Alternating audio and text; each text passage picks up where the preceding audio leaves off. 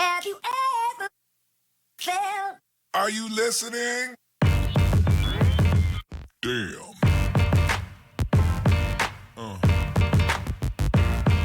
Yeah. Yeah. Have you ever? Yeah. Felt? Are you listening? And we're beginning the second half of our Cold War notes. And we're going to start that with a slide on the Korean War. This is when the Cold War got hot, where there was actual fighting between communist and non-communist forces. But a little background on Korean War first. Before and during World War II, Korea was controlled by the Empire of Japan. But after World War II, Japanese were defeated, and then Japanese-occupied Korea was divided into two by the Soviets, the USSR, and the United States. North of the 38th parallel, a communist nation was formed. South of the parallel, a pro-Western government was formed, pro-United States government. Now, this didn't sit well with the northern Koreans, and they decided to unite Korea under the threat of force or through force. In June of 1950, North Koreans, under their leader Kim Il-sung, invaded the South. The United States and the United Nations retaliated, and eventually were able to push the North Koreans all the way back to the Chinese border at the Yalu River. Let me show a picture here. These are the first two dictators in North Korea, Kim Jong-il on the left and Kim Il-sung on the right. And Kim Il-sung is the guy we're talking about here who initiated the invasion of South Korea. The communist Chinese reacted by invading Korea in November of 1950 with over 300,000 troops. And this pushed the United States forces back behind the 38th parallel. The U.S. would regain the parallel, but a stalemate began, which would last for the next 2 years. Let me show a map here to kind of explain what was going on. On the left-hand side, we have the earlier time period, June to November 1950. The initial invasion pushed the U.S. and the UN and the South Korean forces to a little pocket around the city of Busan.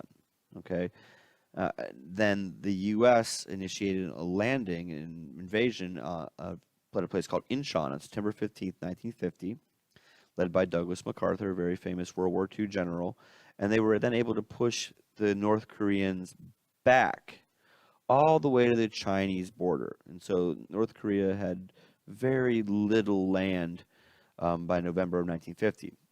But the U.S. became a little over anxious again and went over the Yalu River, which is here. And at that point, the Chinese retaliated. They said, you cannot invade Chinese space. We're not going to put up with it. And the Chinese pushed us back again beyond this line, the 38th parallel.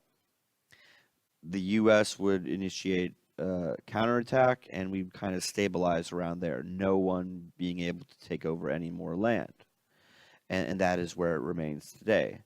You can see a little box here just for like a larger reference. North Korea and South Korea are just south of China and then just west of Japan. Now, this sets the stage for a conflict between two important Americans, General Douglas MacArthur and President Harry Truman. Douglas MacArthur was a UN and U.S. commander, and he demanded an all-out, perhaps even a nuclear war against the Chinese and their leader, Mao Zedong. Okay? Truman wanted a limited war, confined to a single area, which would eventually bring peace. Okay? So the first question for number 6 slide, MacArthur versus Truman. How did MacArthur want to respond to China? He wanted to go all-out war. Hey, you're going to attack us and push us back. We're going to come at you with everything we have, including nuclear weapons. On the left, you can see General Douglas MacArthur, again, famous World War II general. And on the right, you can see Chinese leader during the Korean War, Mao Zedong.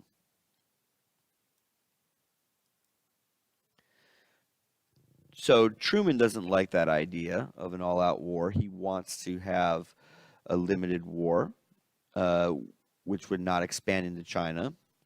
And they go head to head. MacArthur wouldn't back down, though. He decided to go over Truman's head to try to get his will done.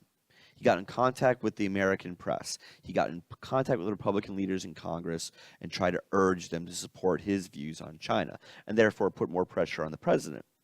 However, what MacArthur forgot is that the president is the CNC. He's the commander-in-chief of the military, the armed forces. And he was not, you don't go in direct conflict with your boss. Truman fired MacArthur April 1st, 1951. And April Fools, but no, really, you're fired. Public opinion turned against Truman, and his popularity shrank, while General MacArthur's went up. And this really hurt Truman's chance at being reelected.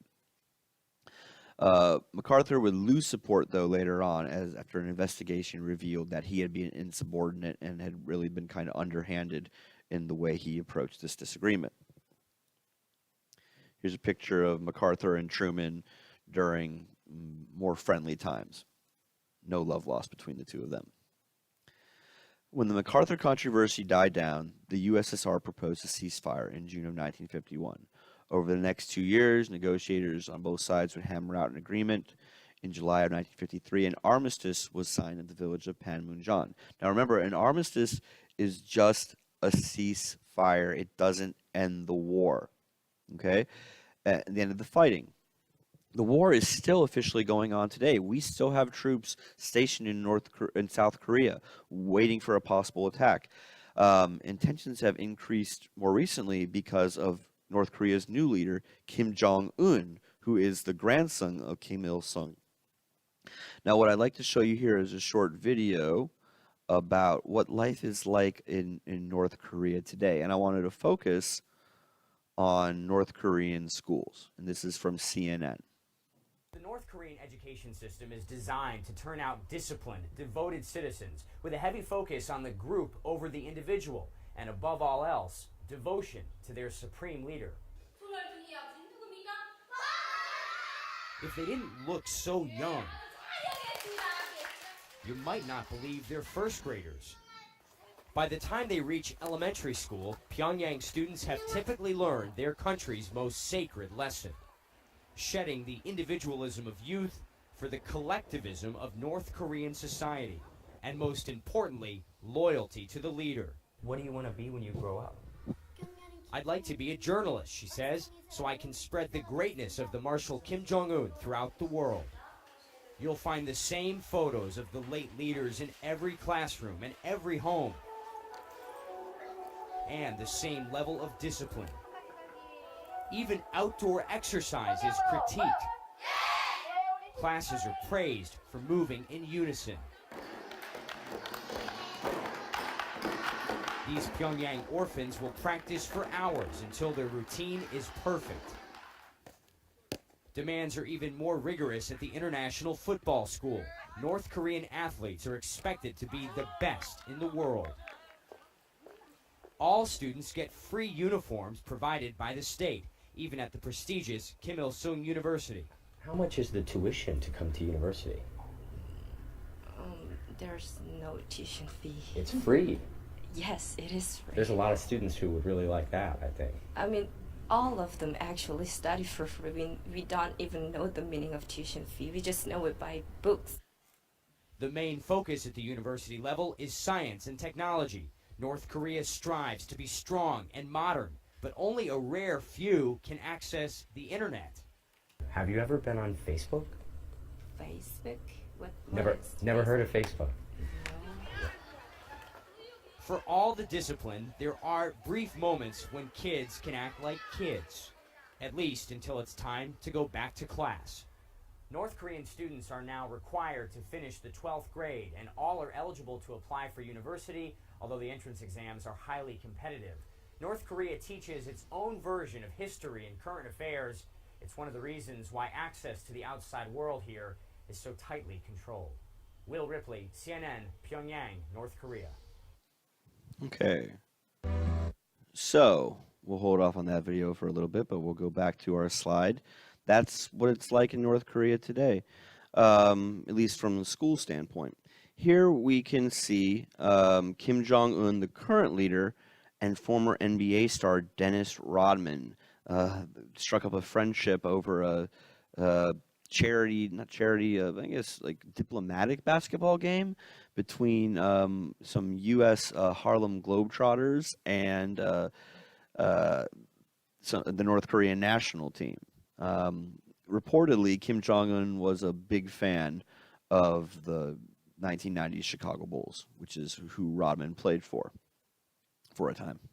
Now we're going to talk about another incident in the Cold War, the Berlin Wall.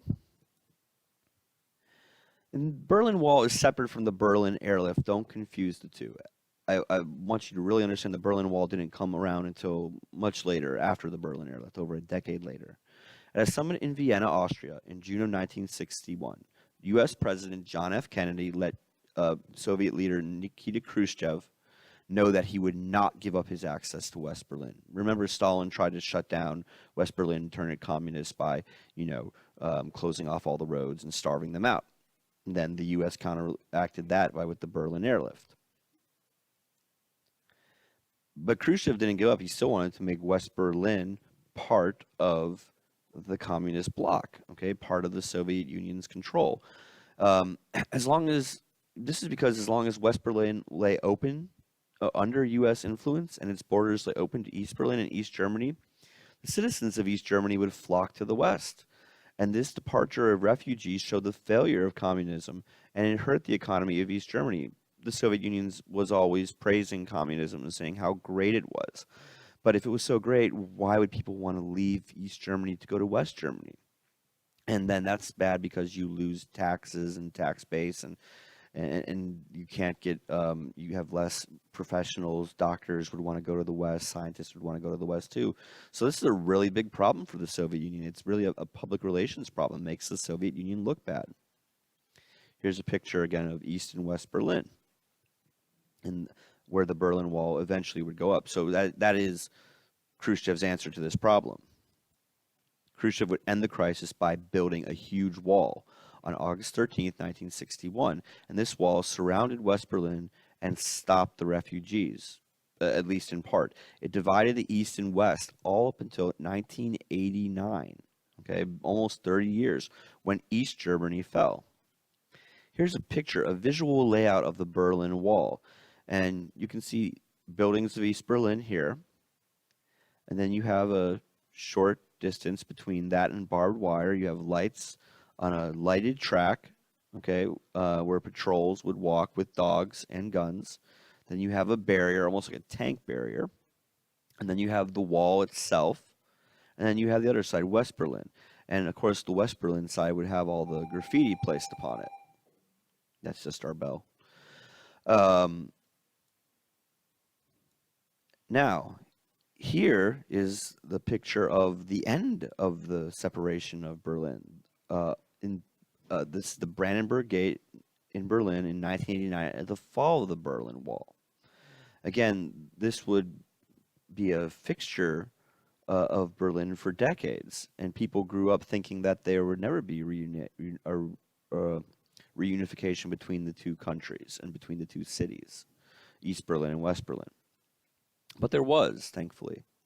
Now, I want to show you a video here about a place called Checkpoint Charlie. And Checkpoint Charlie was one of the few places you could cross from one side of the city to the other. Checkpoint Charlie, the most famous border crossing between the American and Soviet sectors, stood about here. The place is marked by a replica checkpoint, a thought-provoking post with a young American soldier facing east, and on the flip side, a young Russian soldier facing west, and a fascinating museum, the House at Checkpoint Charlie. During the Cold War, this museum stood defiantly, spitting distance from the border guards, telling the story of the wall, and celebrating all the clever escapes over, under, and through it. Escapees would hide sandwiched between wind surfboards, buried in shopping carts, and crammed into tiny cars. This car, so small it wasn't generally even checked, was redesigned to stow a person. It drove 6 people to freedom before finally being discovered. and this vehicle, lined with concrete and iron plates, simply blasted through. There's a room dedicated to showing how tunnels were used, both for spying and for transporting people to freedom. The last room is the happy ending, the euphoric days in 1989 when people power literally tore down the wall. And of course, that's from ricksteves.com. I've used him in class before. He's pause that there. He's a famous tour guide of Europe, basically, and does many videos concerning it.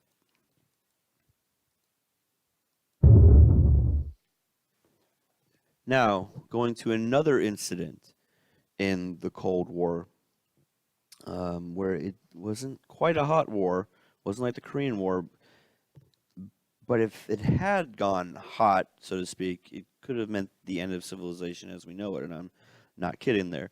This is the Cuban Missile Crisis. And first, we're going to start out with some background to the Cuban Missile Crisis. Of course, you remember Cuba, large island in the Caribbean, south of Florida. U.S. fought battles in it during the Spanish-American War, gained somewhat control over it after that. Never became part of the United States or never became a territory, but our military was stationed there and continues to be stationed there in Cuba. Now, again, that kind of is the background. The U.S. had always been involved in Cuban affairs ever since the Spanish-American War of 1898. Here's a picture of Theodore Roosevelt and his Rough Riders in Cuba in 1898. In the 1950s, much of Cuba's resources were owned by wealthy Americans. Cuba was kind of like a vacation spot, kind of like the Las Vegas of the Caribbean in some ways. People went there to, relax and gamble and get away from it. It was a place for the rich. At the same time, though, most Cubans were very poor and couldn't really make a decent life there. Having had enough, in 1958, they overthrew the Cuban leader, Fulgencio Batista. And leading the overthrow was a guy named Fidel Castro, who is still alive today. Fidel Castro seized American property and kicked American businesses out, and Cuba was remade into a communist country. Here's Fulgencio Batista, and he was the Cuban dictator. Again, he was overthrown by this man, the new Cuban dictator, Fidel Castro. So who took control of Cuba in 1958? That's Fidel Castro. Why didn't the U.S. like him? Well, two reasons. He took U.S. property, and he made Cuba a communist country. In response, the U.S. would train anti-Castro Cubans to invade the island and overthrow Castro. The invasion was ordered by JFK on April 17, 1961. 1,500 fighters landed in the Bay of Pigs in Cuba on that day. The invasion was a complete failure, though. It was an embarrassment for the U.S. So all these fighters were either killed or captured. The U.S. didn't give the air support that it promised. Here's some of the prisoners after the failed Bay of Pigs invasion. And here's the press in the United States making fun of JFK after the Bay of Pigs invasion. One of the products, maybe the product Cuba is known for, is its cigars. And here we see JFK smoking a Cuban cigar, but it's blowing up in his face. So this was a big political failure for JFK early on in his presidency, no less. JFK wouldn't give up, though. He would try to disrupt Castro's government by interrupting Cuban trade, ordering more raids of Cuba, and planning to assassinate Fidel Castro. Naturally not. Fidel didn't like that. So Castro would turn to his new ally, Nikita Khrushchev, the leader of the Soviet Union. You may remember that from earlier on about the Berlin Wall. And he asked Khrushchev for protection from further U.S. attacks. Here's Fidel Castro and Nikita Khrushchev hugging each other, looking very red-faced, showing how close they were. Now let's get to the conflict of the Cuban Missile Crisis itself. Castro and Khrushchev decided to stop the U.S. They would install nuclear weapons in Cuba.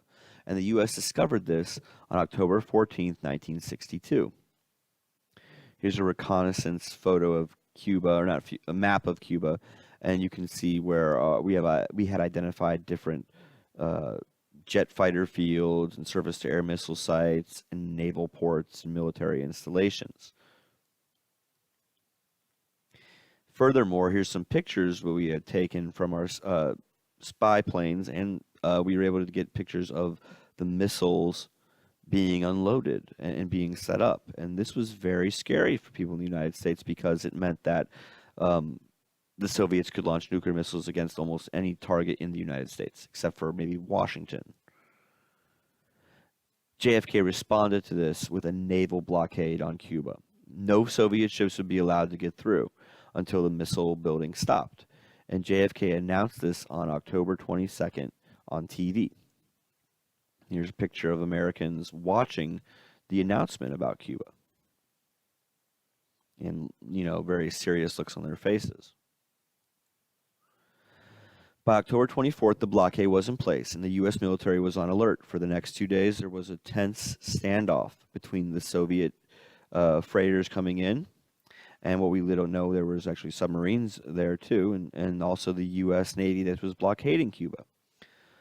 On 10/26, Khrushchev offered to remove the missiles if JFK would vow never to attack Cuba and remove U.S. missiles from Turkey. You can see it's like an arm wrestling match between the two, and both of them had their finger on the button, so to speak, with H-bombs, ready to blow each other up. This is maybe the closest the U.S. has ever come to nuclear Armageddon. JFK agreed to the first demand, but publicly refused the second. Secretly and privately, though, JFK agreed to remove the missiles from Turkey 6 months later on. See, the U.S. had nuclear missiles in Turkey, and the Soviets felt the same way that we did about nuclear missiles in Cuba. Too close, too dangerous. So, if you look at your questions, you have a little graph there, or showing, not graph, but a little bit of a mind map there, I guess you would call it. And you got to fill in the blanks. This is Kennedy promised publicly to end the blockade. Kennedy promised privately to remove missiles from Turkey. And Khrushchev promised to publicly remove the missiles, nuclear missiles, from Cuba. Okay, so one more time. Kennedy promised publicly to never attack Cuba again and remove the blockade. Kennedy promised privately to remove U.S. nuclear missiles from Cuba. Khrushchev promised publicly to remove the missiles from Cuba. And so on 10/28, Khrushchev backed down, and the incident was seen as a victory for the United States. Again, one more time on that chart.